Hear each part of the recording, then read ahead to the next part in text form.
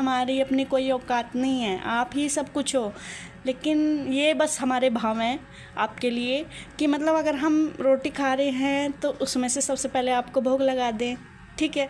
आपने जो हमको दिया है वो बहुत दिया है।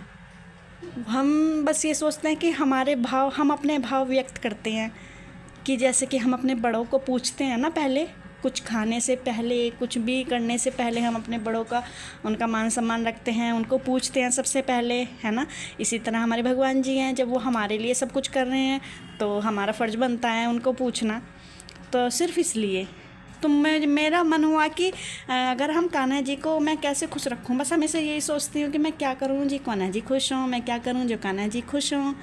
तो प्रेमानंद जी की बातें सुनी, प्रवचन सुने उनके, तो वो हमेशा यही कहते हैं कि कुछ मत करिए, नाम जप करिए, ठीक है। कोई भी एक नाम पकड़ लीजिए जिनको भी आप मानते हैं, श्री राम जी को मानते हैं, माता रानी को मानते हैं, भोले बाबा को मानते हैं, साईं बाबा को मानते हैं, और श्री कृष्णा जी को मानते हैं, राधा रानी को मानते हैं, किसी को भी मानते हैं, बजरंगबली बाबा जी को मानते हैं, किसी को भी मानते हैं, आप सिर्फ उनके नाम का जप करिए।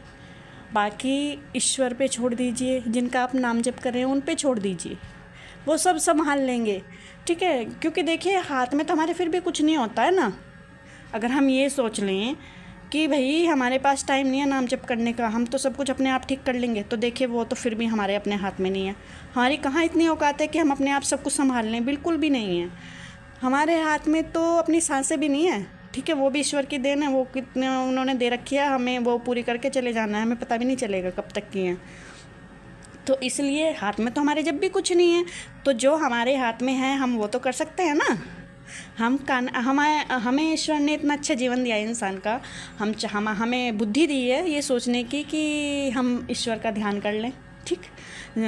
एक ज़बान दी है, हम इससे इतना बुरा भला बोलते हैं, इतना फालतू बोलते हैं, जिसकी ज़रूरत नहीं होती उससे ज़्यादा बोल जाते हैं।